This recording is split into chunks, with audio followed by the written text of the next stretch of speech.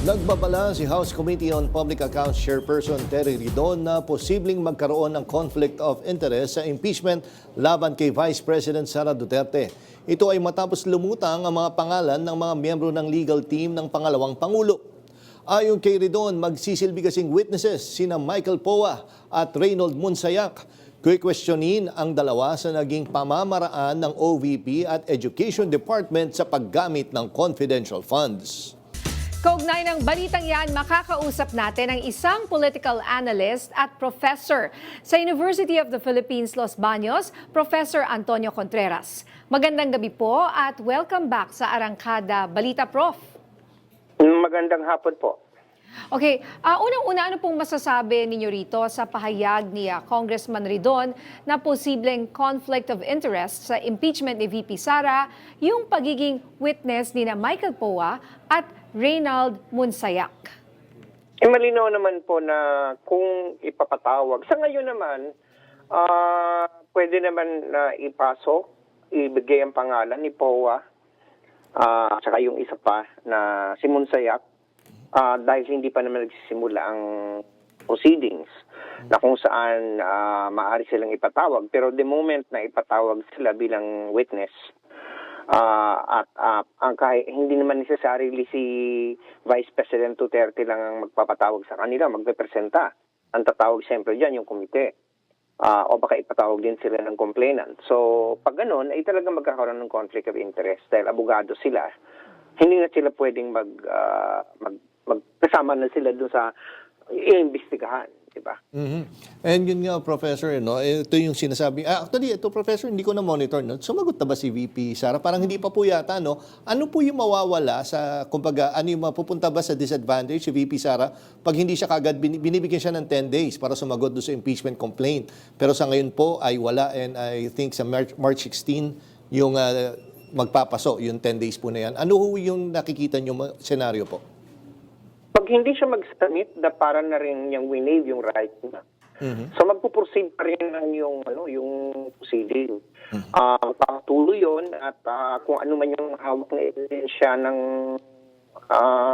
ng complainant at saka ng komite, ay para na niyang hindi sinagot. Kasi kapag hindi siya sumagot, walang sasagutin, nasagot ang complainant.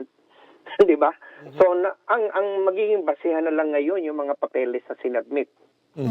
At doon na magkakaroon pa naman ng pagdinig yan eh. So kung maaring hindi siya nag-submit, hindi siya maaring sumagot, pero pagdating sa evidentiary hearings na kakantakin ng House Justice Committee, ay maaring makumpel siya na maglabas ng dokumento. Dahil ang committee naman pwede mag-subpoena. Sa ngayon nga, pinapasubpoena na ni Chel Jokno ang saled niya at saka yung mga record sa bangko. Paano kung hindi siya mag-cooperate at ayaw niyang mag-submit? Pwedeng mangyari yun eh. Ayoko lang. Di ba? Hindi naman hindi niya call yun kasi ang isa sa yung bangko. At saka yung AMLAC. At saka yung salin niya naman sinambit naman niya yan sa opisina. Malamang sa Malacanang o sa DOJ, sa Ombudsman, meron yun. So hindi naman siya ang kailangan mag-submit ng dokumento na yon. At kung ang nangyari ng House hearing nung tanda mo yung Quadcom, kaya niya, she got away with not answering questions properly and quarreling with the members of the committee. I don't think that will happen now. Or kung ganunin man niya yun, to her disadvantage. Or baka hindi siya mag-appear at all in the future. Well, in the first, this is waiving. This is already a court proceeding. Sui generis, pero quasi-judicial process na ito. Pag hindi siya mag-appear, then wini-waive na yung kanyang right. And Professor, ano yung take, nakikita nyo, ano yung analysis nyo sa nangyaring deliberation po ng House Committee on Justice? Kasi although may mga na-object, pero marami pa rin naman. Yung votes naman ay nakita naman natin, overwhelming po. Yun ang imbotohan. 54-1. Ibig sabihin niyan, overwhelming. Yes. At isa lang ang kumontra, si Bong Suntay. At Opo. maging yung iba na kumukontra ay bumuto na rin. Opo. So actually, pero we have to be cautious. This is just determination of substance and form. Hindi pa yung determination of probable cause. Kasi iba pa yon. But with that, alam mo na siguro kung meron ng malaking number. At meron pa nga akong nabasa na mga 200 daw ayon sa uling bilang. Oh, yun nga. Very confident naman si Bel Zamora na meron silang number. They only need one-third of the entire House membership. But I think last time daw na nagbilangan, meron ng 200 na mga members ng House. Sobra-sobra na. Oo, Sobra-sobra na. yun nga yung itatanong ko nga actually, pero nasagot niyo na, Prof. Pero naalala mo, partner, na huli natin nakausap si Professor Contreras, medyo strong ho yung naramdaman yun nung nalaman yun, nagbigay ng statement yung NUP nung time na yun, di ba? Tatandaan ko, sir, alam ko disappointed yung tone niyo noon na bakit kayo nagbigay kagad ng statement na hindi kayo boboto sa isang impeachment kung walang panibagong ebidensya. Pero ito, sumagot na po yung NUP at anong reaction nyo sa kanilang naging tugon po? Well, pabago-bago naman sinasabi ng NUP kasi malinaw na sila mismo parang walang group chat, di ba? Nung day na naglabas ng si Congressman Puno, ay mismong si Benny Abante is nag-endorse ng impeachment complaint.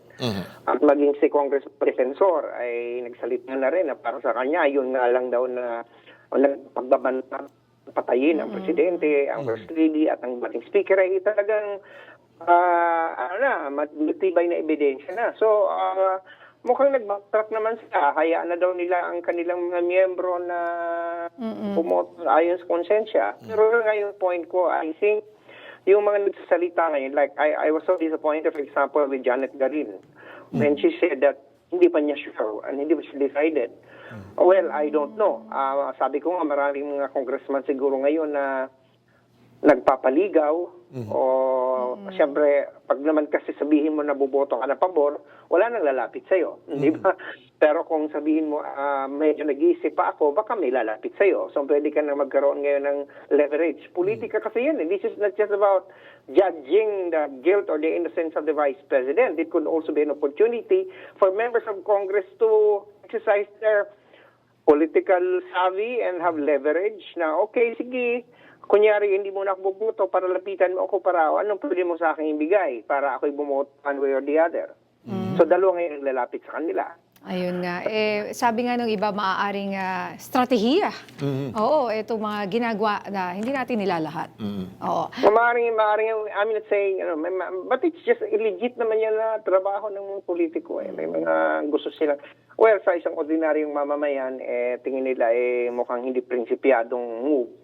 Pero sa politika kasi, it's basically manipulating your options, having leverage so that you can achieve what you want. Maybe for your constituents, maybe for you personally, but whatever it is, I hope they're going to be guided really by their conscience.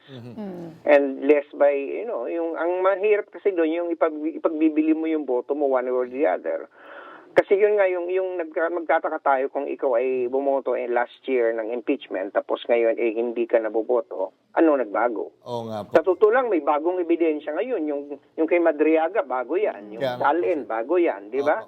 Yung mga hidden ill-gotten wealth, bago yan. Walang. So, there are already new evidence right now. So, I don't think hindi naman kung ikaw ay nunggang wala yung mga yan gusto mo nang pinadala mo ng reto sa Senado na walang hearing, di ba? Oo nga po. Yung kaso tapos ngayon ang may hearing, biglang babago isip. Okay. You will have maraming tatanong sa iyo. Maraming dapat ipaliwanag sa bayan. Okay. Prof, ito na, maiba lang ako, huling tanong na lang.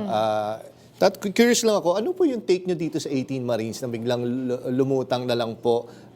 Base sa kwento na narinig nyo, may credibility ho ba kayong nakikita? Siguro kasi may mga nagre-retract ka. Sinabi, una, yung kay Laila de Lima, sabi, maleta, tas naging eco bag, parang ganun, or paper bag. Bag na lang. Tapos biglang naging sobre na lang, di ba? Ano ho yung masasabi nyo? Maraming mga butas kasi ang kwento nila. Nangunguna na nga dyan yung sinasabi ni Senator Lacson na 805 billion ang kanilang dinala. Daang-daang libu-libong bubuhat yun. Mismong si Senator Lacson ay very skeptical kasi mathematically impossible. And now, may mga lumalabas na ng mga hindi naman talaga pala doon sa 18 yun, parang 8 ang hindi naman assigned kay Congressman Saldico. Opo. At meron din yung mga hindi naman para sila walang ebidensya na sumakay sila sa helicopter. Di ba? May mga ganong klase ng mga inconsistency. So I think this is something na parang ako skeptical to a point at yung timing mismo ng kanilang paglalabas. Na itinaon na the day before the People Power anniversary and also, while President Duterte is being tried in The Hague and merong impeachment complaint kay Sara Duterte.